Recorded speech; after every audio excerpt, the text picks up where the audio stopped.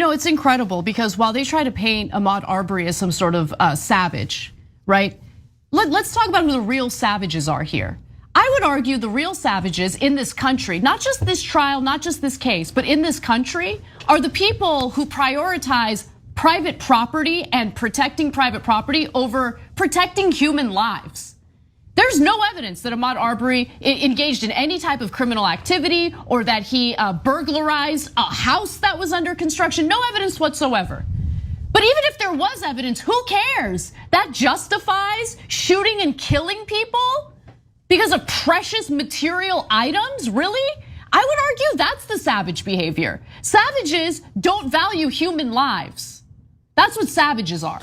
Okay, that woman right there, she's the real savage who's trying to justify the murder of a man who was jogging by referencing his toenails, when in reality, what she's doing is justifying the murder of a person who did absolutely nothing wrong.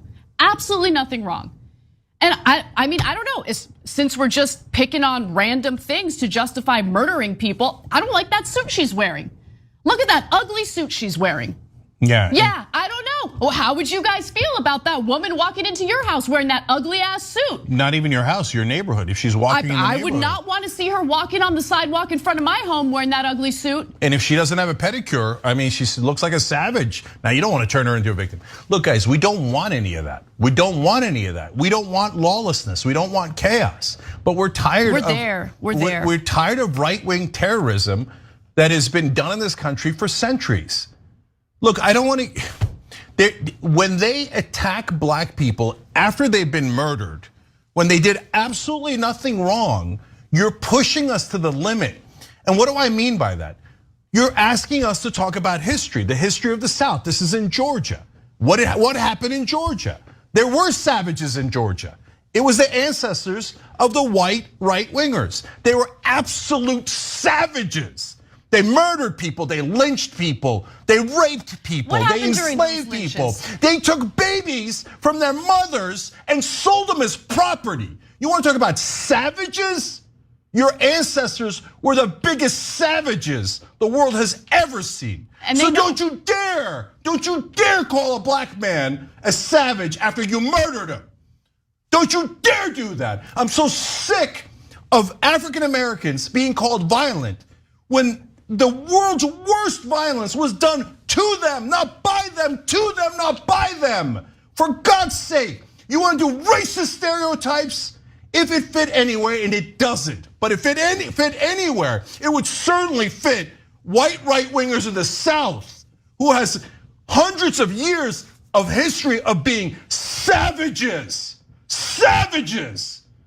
They snatched babies. And they sold them as property and they raped their mothers. Savages.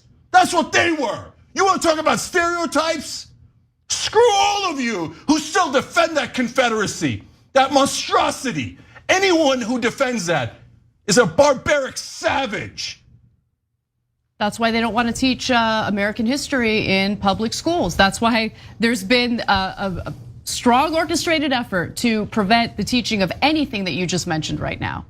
Because, hey, God forbid that, children learn about the real savages in this country's history, right?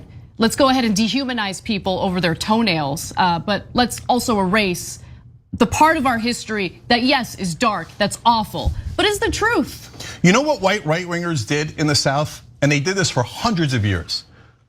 In a lynching, they not only hung the person, they burned the person, and then they cut off their genitalia.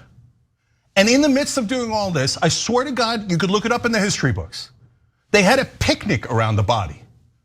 And then they would take home pieces of the charred body for memorabilia.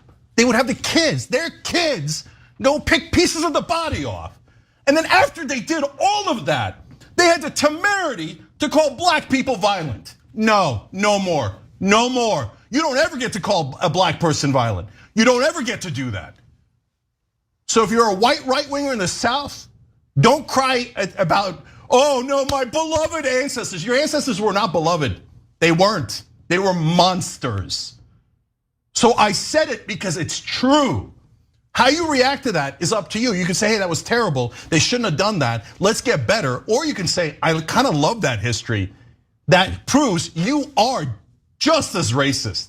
You just don't get to do it anymore in the way that you want. And that's why when you see cases like this and you see a black man murdered, you think, nah, boy, go get him. Go get the way to go, defense.